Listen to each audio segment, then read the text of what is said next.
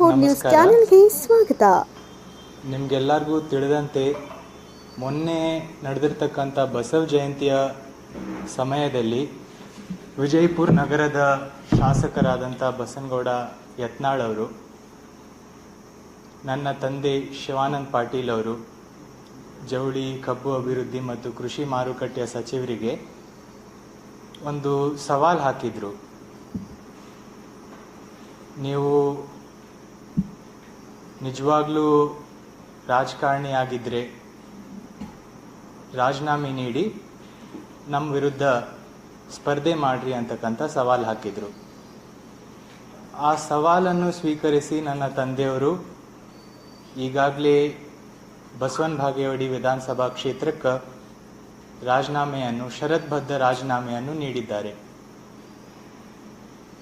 ಏನಾದರೂ ಬಸನಗೌಡರಿಗೆ ಆ ರಾಜೀನಾಮೆ ಪತ್ರ, ರೆಸಿಗ್ನೇಷನ್ ಲೆಟರ್ ಸರಿ ಅನ್ನಿಸ್ಲಿಲ್ಲಪ್ಪ ಅಂದ್ರೆ ಅವರೇ ಒಂದು ಡ್ರಾಫ್ಟ್ ತಯಾರು ಮಾಡಲಿ, ಅದರಂತೆ ನಾವು ಕೂಡ ಡ್ರಾಫ್ಟ್ ತಯಾರು ಮಾಡ್ತೀವಿ. ಇಬ್ಬರು ಜೊತೆಯಲ್ಲಿ ಹೋಗ್ಬಿಟ್ಟು ಸಭಾಪತಿಗಳಿಗೆ ನಮ್ಮ ಡ್ರಾಫ್ಟನ್ನು ಸಬ್ಮಿಟ್ ಮಾಡೋಣ. ನಮ್ಮದೇ ಮೊದಲು ಅಂಗೀಕಾರ ಆಗಿ ಅದಾದ್ಮೇಲೆ ಅವ್ರದ್ದು ಅಂಗೀಕಾರ ಆಗಲಿ ಅಂಥೇಳಿ ಇನ್ನೊಮ್ಮೆ ನಾನು ಮಾಧ್ಯಮದ ಮುಖಾಂತರ ಆಹ್ವಾನ ಮಾಡ್ಲಿಕ್ಕೆ ಬಯಸ್ಲಿಕ್ಕತ್ತೀನಿ. ಅವ್ರೇನಾದರೂ ಇದ್ರ ತಕ್ಕಂತೆ ನಡೀಲಿಲ್ಲಪ್ಪ ಅಂದ್ರೆ ನಾನು ಕೂಡ ನನ್ನ ಮುಂದಿನ ಪೀಳಿಗೆಗೆ, ನನ್ನ ಮಕ್ಕಳಿಗೆ ಹೇಳಬೇಕಾಗ್ತೈತಿ, ನಿಮ್ಮ ಮುತ್ಯಾರು ಇಂಥ ವ್ಯಕ್ತಿ ಜೊತೆ, ನಪೌಸರ ಜೊತೆ ಜಗಳ ಆಡಬೇಕಾಗಿತ್ತು ಅಂಥೇಳಿ ನಾನು ನನ್ನ ಮುಂದಿನ ಪೀಳಿಗೆಗೆ ಹೇಳಬೇಕಾಗ್ತೈತಿ. ಇನ್ನೊಂದು ನಾನು ಅವ್ರಿಗೆ ಪ್ರಶ್ನೆ ಕೇಳಲಿಕ್ಕೆ ಬಯಸ್ಲಿಕ್ಕತ್ತೀನಿ. ಅವರು ಬಿಜಾಪುರ ನಗರಕ್ಕೆ ನೀಡಿರ್ತಕ್ಕಂಥ ಸೇವೆ ಏನೈತಿ? ನಮ್ಮ ಮುತ್ಯ ಸಿದ್ದರಾಮಪ್ಪ ಪಾಟೀಲ್ ಅವರು ಕಾರ್ಪೊರೇಷನ್ ಪ್ರೆಸಿಡೆಂಟ್ ಆಗಿದ್ರು. ಅಷ್ಟೇ ಅಲ್ಲ, ನನ್ನ ತಂದೆಯವರು ಸಹ ಬಿಜಾಪುರ ನಗರಕ್ಕೆ ಕಾರ್ಪೊರೇಷನ್ ಪ್ರೆಸಿಡೆಂಟ್ ಆಗಿದ್ರು. ಕೇವಲ 23-24 ವಯಸ್ಸಕ್ಕೆ ಅವರು ಚುನಾಯಿತ ಸದಸ್ಯರಾಗಿ, ಅಧ್ಯಕ್ಷರಾಗಿ ಆ ಕಾಲದಾಗ LBS ಮಾರ್ಕೆಟ್ ಉದ್ಘಾಟನೆ ಆಗಿತ್ತು. ನಿನ್ನೆ ಮಾಧ್ಯಮದವ್ರ ಜೊತೆ ಮಾತಾಡೋದ್ನಾಗ ಹೇಳಿದ್ರು, ಸುಮಾರು 3,000 ಆಸ್ತಿಗಳನ್ನು ಸೃಷ್ಟಿ ಮಾಡಿದ್ರು. ಅದು ಇವತ್ತು ಕಮ್ಮಿ ಆಗ್ತಾ ಕೇವಲ 700-800 ಆಸ್ತಿ ಉಳಿದೈತಿ.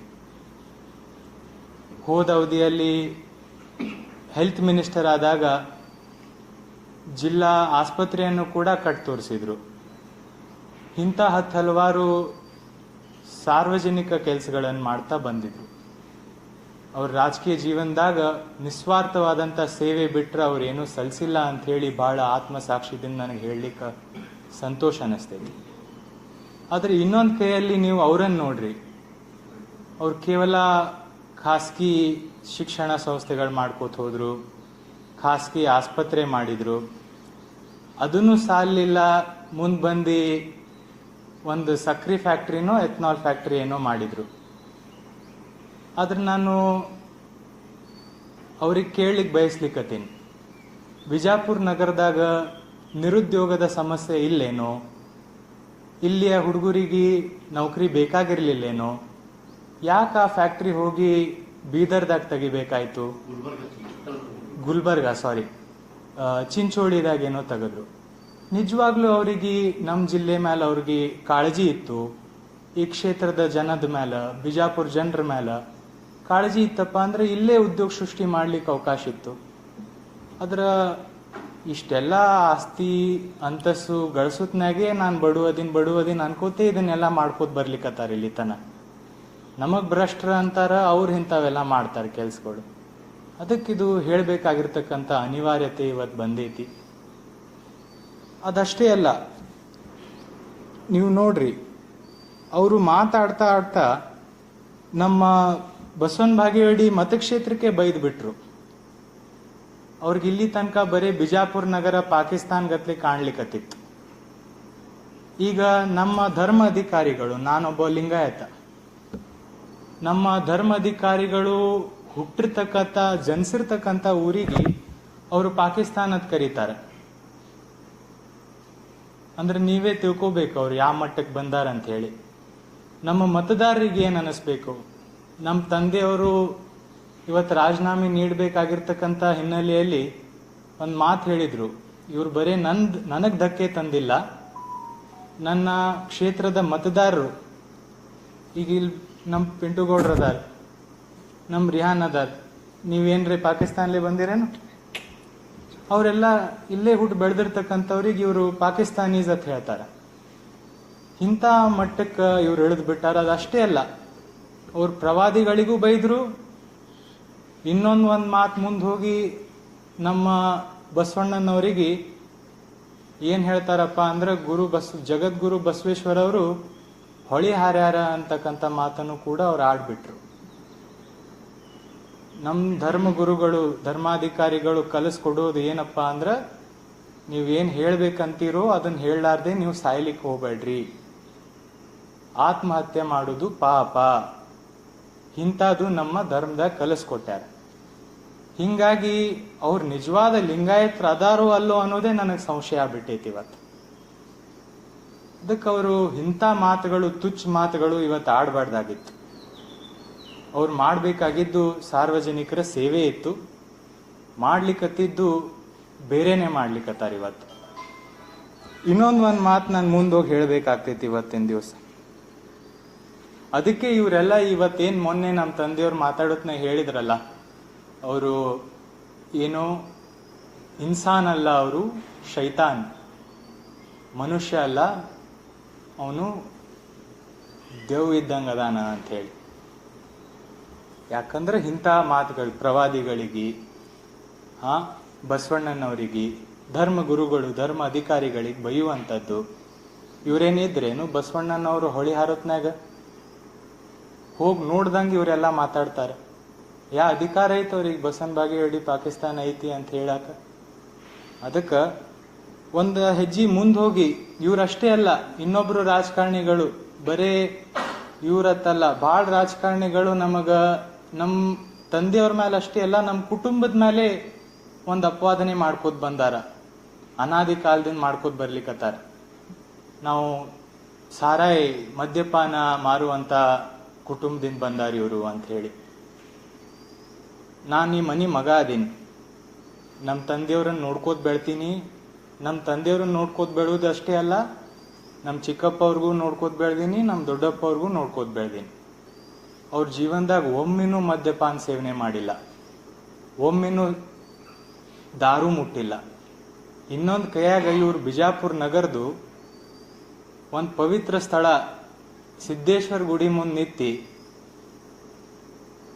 ನಶೆ ಒಳಗ ಹೊಲಸ್ ಬೇಗಳ ಬೈತಾರ ಯುವಕರ ಮುಂದೆ. ಕುಡಿದಿ ಯುವಕರ ಮುಂದೆ ಬೇಗಳ ಬೈತಾರ. ಬಹುತೇಕ ಗುಡಿ ಹೊರಗೆ ಕೂತಿರ್ತಕ್ಕಂಥ ಭಿಕ್ಷಕಗೂ ಅನಿಸ್ಬಾರ್ದು ನನ್ನ ಮಗ ಇವನಂಗ ಆಗ್ಬೇಕು ದೊಡ್ಡವ ಆಗಿ ಅಂತ ಹೇಳಿ. ಅಂತ ಒಂದು ಪರಿಸ್ಥಿತಿ ನಮ್ಮ ಎದುರಿಗೆ ಸೃಷ್ಟಿ ಆಗ್ಲಿಕ್ಕತ್ತೈತಿ. ಯುವಕರಿಗೆ ಬೇಕಾಗಿದ್ದು ಒಂದು, ಇವ್ರು ಮಾಡ್ಲಿಕ್ಕತ್ತಿದ್ದು ಇನ್ನೊಂದು. ಇಂಥವೆಲ್ಲ ಭಾಳ ದಿಟ್ಟವಾಗಿ ನಾವು ಈ ಸರಿ ವಿರೋಧಿಸ್ಬೇಕು ಅಂತ ಹೇಳಿ ನಿರ್ಣಯ ಮಾಡೀವಿ. ಮತ್ತು ಅವ್ರು ಏನು ಹೇಳ್ತಾರ ಅವ್ರ ಗಮನಕ್ಕೆ ಇರೋದಿಲ್ಲ. ಒಂದೊಂದ್ಸರಿ ಬಹುತೇಕ ಮುಂದೆ ಒಂದು ದಿವಸ ಆಶ್ಚರ್ಯ ಆಗೋದಿಲ್ಲ ನನಗೆ, ಹೋಗಿ ಈ ಗೋಲ್ ಗುಂಬಜ್ ಮುಸ್ಲಿಮ್ಸ್ ಕಟ್ಟ್ಯಾರ ಒಡೆದ್ ಬಿಡೋಣ ಅಂತಕ್ಕಂಥ ಮಾತಾಡಿದ್ರು ನನಗೆ ಆಶ್ಚರ್ಯ ಇಲ್ಲ. ಅಂದ್ರೆ ಅವರಲ್ಲಿ ಎಂಥ ಗುಣ ಬರಬೇಕಪ್ಪ ಅಂದ್ರೆ, ಹೌದು ಒಂದು ವರ್ಲ್ಡ್ ಹೆರಿಟೇಜ್ ಸೈಟ್ ಐತಿ ನಮ್ಮ ಊರಾಗ, ಅದನ್ನು ಉಪಯೋಗಿಸ್ಕೊಂಡು ಟೂರಿಸಂ ಹೆಚ್ಚು ಮಾಡೋಣ, ಇಲ್ಲಿ ವ್ಯವಹಾರ ಹೆಚ್ಚಾಗಿ ಮಂದಿ ಜೀವನ ಹಸನ ಆಗಲಿ ಅಂತಕ್ಕಂಥ ಸಣ್ಣ ಕಾಮನ್ ಸೆನ್ಸ್ ವಿವೇಚನೆ ಅವರಲ್ಲಿಲ್ಲ. ಉಲ್ಟಾ ಬೈಯುವುದು, ಎಲ್ಲ ಕಡೆ ಕಬರದ ಅಂತ ಹೇಳೋದು, ಇದು ಅವರಿಗೆ ಶೋಭೆ ತರುವಂಥ ಮಾತುಗಳಲ್ಲ. ಮತ್ತು ಅವ್ರು ಸೆಂಟ್ರಲ್ ಮಿನಿಸ್ಟರ್ ಅದಾರತ್ತು ಹೇಳ್ತಾರೆ. ನನಗೆ ಹ್ಯಾಂಗ್ ಆಗ್ಯಾರ ಅನ್ನೋದು ನನಗೆ ಇನ್ನತನ ತಿಳಿಯಲಾಗೈತಿ. ಹೌದು ಹೌದು, ಯಾಕಂದ್ರೆ ಪಬ್ಲಿಕ್ ಸ್ಪೇಸ್ದಾಗ ಅವ್ರದ್ದು ಸರ್ವಿಸ್ ಇಲ್ಲ. ಹೇಳ್ಕೊಳಕ ನಾನು ಏನು ಮಾಡೀನಿ ಅಂತ ಅವ್ರಿಗೆ ಕೇಳಿದ್ರೆ, ನಾನು ಬರೀ ಊರು ತುಂಬ ವೃತ್ ಮಾಡೀನಿ ಅಂತ ಹೇಳ್ಬೋದು. ಐ ಥಿಂಕ್ ಮೊನ್ನೆ ಎಲ್ಲೋ ಲಾ ಆಗಿತ್ತು, ಸ್ಟ್ಯಾಚ್ಯೂ ಸರ್ಕಲ್ಗಳದಾಗ ಮಾಡುವಂಗಿಲ್ಲ ಹಂಗೇನೋ ನಾನು ಕೇಳಿದ್ದೆ. ಅದು ಖರೆಯೋ ಸುಳ್ಳು ಗೊತ್ತಿಲ್ಲ. ಬಟ್ ಈ ರಾಜಕಾರಣಿದು ಅಚೀವ್ಮೆಂಟೇ ಸ್ಟ್ಯಾಚ್ಯೂ ಮಾಡೋದಾಗ್ಬಿಟ್ಟೈತಿ. ಎಷ್ಟು ಆದಾಯ ಹೆಚ್ಚಾಗೈತಿ ಮುನ್ಸಿಪಾಲಿಟಿದು,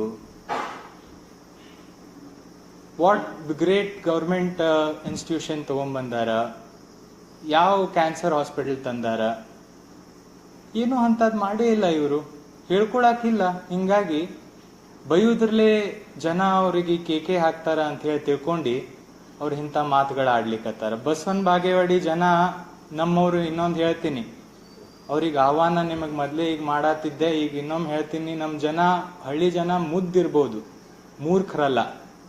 ನೀವು ಬಂದು ಏನಾದರೂ ಅಲ್ಲಿ ಕುಡಿದು ಗುಡಿ ಮುಂದೆಲ್ಲ ಗೊಡ್ಡ ಭಾಷಣ ಆಡ್ಲಿಕ್ಕತ್ರ ಬಹುತೇಕ ಆ ಜನ ನಿಮ್ಮ ಮೇಲೆ ಕಲ್ಲು ಒಗಿಯುವಂಗೆ ಅದಾರ. ಅದು ನಿಮ್ಮ ಗಮನದಾಗಿದ್ದು ನೀವು ಬರ್ರಿ ಅಂತ ಹೇಳಲಿಕ್ಕೆ ಮಾಧ್ಯಮದ ಮುಖಾಂತರ ಹೇಳಲಿಕ್ಕೆ ಬಯಸ್ಲಿಕ್ಕತ್ತೀನಿ. ಮತ್ತು ಹೆಸರು ಬಗ್ಗೆನೂ ಹೇಳಿದರು ಇವರು, ನಿಮ್ಮ ಹೆಸರು ಬದಲಾಯಿಸಿರಿ ಹಂಗ ಹಿಂಗ ಅಂತ ಹೇಳಿದ್ರು. ನಮ್ಮ ತಂದೆಯವ್ರ ಬರ್ತ್ ಸರ್ಟಿಫಿಕೇಟ್ ಅಂತೂ ತಮ್ಮದು ತೋರ್ಸ್ಯಾರ, ನಮ್ಮ ಮುತ್ಯಾನ್ ಬರ್ತ್ ಸರ್ಟಿಫಿಕೇಟು ನಮ್ಮ ಕಡೆ ಐತಿ. ಮತ್ತು ನಮ್ಮ ಮನೆಯಲ್ಲಿ ಪರಂಪರೆ ಎಂಥದೈತಪ್ಪ ಅಂದ್ರೆ, ನಾನು ದಕ್ಷಿಣ ಕರ್ನಾಟಕ, ನಮ್ಮ ತಂದೆ ತಾಯಿಯವರು ಒಳ್ಳೆ ಸಂಸ್ಥೆಗಳದಾಗ ಇವ ಸ್ವಲ್ಪ let him get education and come back to Bijapur ಅನ್ನುವಂಥ ಒಂದು ನಿಟ್ಟಿನಲ್ಲಿ ಸಂಸ್ಥೆಗಳಿಗೆ, ಒಳ್ಳೆ ಸಂಸ್ಥೆಗಳದಾಗ ನಂಗೆ ಸೇರಿಸಿದ್ರು ವಿದ್ಯಾಭ್ಯಾಸ ಪಡಿಲಿಕ್ಕೆ. ಅಲ್ಲಿ ಸಹಜ ಒಕ್ಕಲಿಗರು ಎಲ್ಲ ಅವ್ರ ದೊಡ್ಡ ಹೆಸರು ಗೌಡ ಅತ್ತೈತಿ, ಅವ್ರು ಗೌಡ ತಿಟ್ಕೋತೆ ಬಂದಿರ್ತಾರೆ. ಇಲ್ಲಿ ಯಾವಾಗ ಆ ಪರಂಪರೆ ಚಾಲು ಆಯ್ತು ನನಗೆ ಗೊತ್ತಿಲ್ಲ. ಹುಟ್ಟದಾಗೆ ಮಲ್ಲನಗೌಡ ತಿಡ್ತಾರೆ, ಬಸನಗೌಡ ತಿಟ್ಟಿರ್ತಾರೆ. ಆದ್ರೆ ನಮಗೆ ನಮ್ಮ ಹೆಸರಲ್ಲೇ ಮಂದಿ ಮೇಲೆ ದೌರ್ಜನ್ಯ ಆಗಲಿಕ್ಕೆ ಅನುಕೂಲ ಆಗಬೇಕು ಅನ್ನುವಂಥ ಒಂದು ಮನೋವೃತ್ತಿ ನಮ್ಮ ಮನ್ಯಾಗಿಲ್ಲ. ನಮ್ಮ ಅಜ್ಜ, ನಮ್ಮ ತಂದೆಯವ್ರಿಗೆ ಶಿವಾನಂದ್ ಅತ್ತ ಹೆಸರಿಟ್ರು, ನನ್ನ ಮಕ್ಕಾಗ ಸಂಯುಕ್ತ ಅತ್ತಿಟ್ರು, ನನಗೆ ಸತ್ಯಜೀತ್ ಅತ್ತಿಟ್ಟಾರ. ಖುಷ್ ಅದೀವಿ ನಾವು. ಏನು ಕಲಿಸ್ತಾರೆ ನಮ್ಮ ಮನ್ಯಾಗ, ನಿಮ್ಮ ಹೆಸರ್ಲಿಂದ ನೀವು ಗೆದ್ದು ಬರೋದಿಲ್ಲ, ನೀವು ಮಾಡುವಂಥ ಕೃತಿ, ನೀವು ಮಾಡುವಂಥ ಕಾಯಕದಿಂದ ಜನ ನಿಮಗೆ ಗುರುತಿಸಿ ಆರಿಸ್ತೊಂಬರ್ತಾರೆ. ಸತತವಾಗಿ 30 ವರ್ಷ ನಮ್ಮ ತಂದೆಯವರಿಗೆ ಈ ಜಿಲ್ಲೆಯ ಜನ ಯಾವುದೇ ತಾಲೂಕಿಗೆ ಹೋದ್ರೂ, ಯಾವುದೇ ಪಕ್ಷದಿಂದ ಹೋದ್ರೂ ಅವರಿಗೆ ಮನಸ್ಸಾಗ ಇಟ್ಕೊಂಡು ತಲೆ ಮೇಲೆ ಹೊತ್ಕೊಂಡು ಮೆರೆಸ್ಯಾರ. ತಲೆ ಮೇಲೆ ಹೊತ್ಕೊಂಡು ಮೆರೆಸ್ಯಾರ ಇಷ್ಟು ವರ್ಷ. ಅದಕ್ಕೆ ನಾವು ಸದಾ ಈ ಜಿಲ್ಲೆಗೆ ಚಿರುಣಿ ಆಗಿರ್ತೀವಿ ಅಂತಕ್ಕಂಥ ಮಾತು ಹೇಳಬೇಕಾಗ್ತೈತಿ. ಆ ಒಂದು ಸಣ್ಣ ಮಾತು ಅವರಿಂದ ಬರಬಾರ್ದಾಗಿತ್ತು, ಅವ್ರು ಆಡಬಾರ್ದಾಗಿತ್ತು, ಆಡ್ಯಾರ. ಆದರೆ ಅದರಿಂದ ನಾವು ಕೆಟ್ಟ ಅನ್ಸ್ಕೋತೀವಿ ಅಂತ ಅವ್ರು ಅನ್ಕೊಂಡಿದ್ರೆ ನಾವು ಒಟ್ಟೆ ಕೆಟ್ಟ ಅನ್ಸ್ಕೊಳ್ಳೋದಿಲ್ಲ. ನನಗೆ ಅವ್ರ ಮೇಲೆ ಕೆಟ್ಟ ಅನ್ನಿಸ್ತೈತಿ. ಇಷ್ಟು ತುಚ್ಛ ವಿಚಾರ ಇವರೆಲ್ಲ ಐತಲ್ಲಪ್ಪ ಅನ್ನುವಂಥ ಒಂದು ಭಾವನೆ ನನಗೈತಿ ಅಂತಕ್ಕಂಥ ಮಾತಾಡಿ, ಮತ್ತು ಕೊನೆಯದಾಗಿ ಒಂದೇ ಮಾತು ಹೇಳಿ ಮುಗಿಸ್ಬಿಡ್ತೀನಿ. ಇವತ್ತು ರಾಜಕೀಯ ಪರಿಸ್ಥಿತಿಗಳು, ಸಂದರ್ಭಗಳು ಎಂಥವದಾವಪ್ಪ ಅಂದ್ರೆ, ಬಹುತೇಕ ರಾಜಕಾರಣಿಗಳು ಪಾರ್ಟಿ ಅಧ್ಯಕ್ಷರಾಗಬೇಕು, ಮಂತ್ರಿಗಳಾಗಬೇಕು, ಮುಖ್ಯಮಂತ್ರಿಗಳಾಗಬೇಕು ಅನ್ನುವಂಥ ಒಂದು ಭಾವನೆಯಲ್ಲಿರ್ತಾರೆ. ಹೆಚ್ಚಾನೆಚ್ಚು ನಾನು ನೋಡಿದಷ್ಟು ಎಲ್ಲ ರಾಜಕಾರಣಿಗಳು ಏನ್ರಿ ಆಗಬೇಕು ಅಂತಕ್ಕಂಥ ಒಂದು ಹೋರಾಟದಾಗಿದ್ದಾಗ, ಎಲ್ಲಿ ನನ್ನ ಮತ್ತು ನನ್ನ ಮತಕ್ಷೇತ್ರದ ಸ್ವಾಭಿಮಾನಕ್ಕೆ ಧಕ್ಕೆ ಬತ್ತಲ್ಲಪ್ಪ ಅಂತ ಹೇಳಿ ಒಬ್ಬ ಮಂತ್ರಿ ಹೋಗಿ ರಾಜೀನಾಮೆ ಕೊಡ್ಲಿಕ್ಕೆ ತಯಾರದಾರ ನಮ್ಮ ತಂದೆಯವರು ಅನ್ನೋದ್ರೊಳಗೆ ನನಗೆ ಭಾಳ ಅಂದ್ರೆ ಭಾಳ ಸಂತೋಷ ಐತಿ, ಹೆಮ್ಮೆ ಐತಿ. ಈ ಕಾರಣದಿಂದ ಅವರು ಜನರ ಮನಸ್ಸಾಗ ಅಚ್ಚರಿಯಾಗಿ ಉಳಿತಾರ ಅಂತಕ್ಕಂಥ ಮಾತನ್ನು ಹೇಳಿ 2 ಮಾತುಗಳನ್ನು ಮುಗಿಸ್ಲಿಕ್ಕೆ. ಮತ್ತು ನಾವು ಹಿಂದೂ ಧರ್ಮ ಅಂತೂ ಪಾಲಿಸ್ತೀವಿ. ನಾವೊಂದು ಹುಟ್ಟಿದಾಗ ನಂದು ರೋಹಿಣಿ ನಕ್ಷತ್ರ, ವೃಷಭ ರಾಶಿ ಅಂತ ಹೇಳ್ತಾರೆ. ಅವ್ರು ಹುಟ್ಟಿದಾಗ ಗಜಕೇಸರಿ ಯೋಗ ನಡೆದಿತ್ತು, ಹೇಳ್ಯಾರ ಗಜಕೇಸರಿ ಯೋಗ ಇತ್ತಂತ ಹೇಳಿ. ನಮ್ಮ ಯೂಟ್ಯೂಬ್ ಚಾನೆಲ್ ಅನ್ನು ಸಬ್ಸ್ಕ್ರೈಬ್ ಮಾಡಿ, ಹಾಗೆ ಫೇಸ್ಬುಕ್ ನಲ್ಲಿ ಫಾಲೋ ಕೂಡ ಮಾಡಿ, ಶೇರ್ ಮಾಡಿ, ಲೈಕ್ ಮಾಡಿ. ನಿಮ್ಮ ಅಭಿಪ್ರಾಯಗಳನ್ನು ಕಾಮೆಂಟ್ ಮೂಲಕ ತಿಳಿಸಿ. ಮತ್ತೆ ಹೊಸ ಸುದ್ದಿಯೊಂದಿಗೆ ಬರುತ್ತೇನೆ. ಅಲ್ಲಿವರೆಗೂ ಧನ್ಯವಾದಗಳು.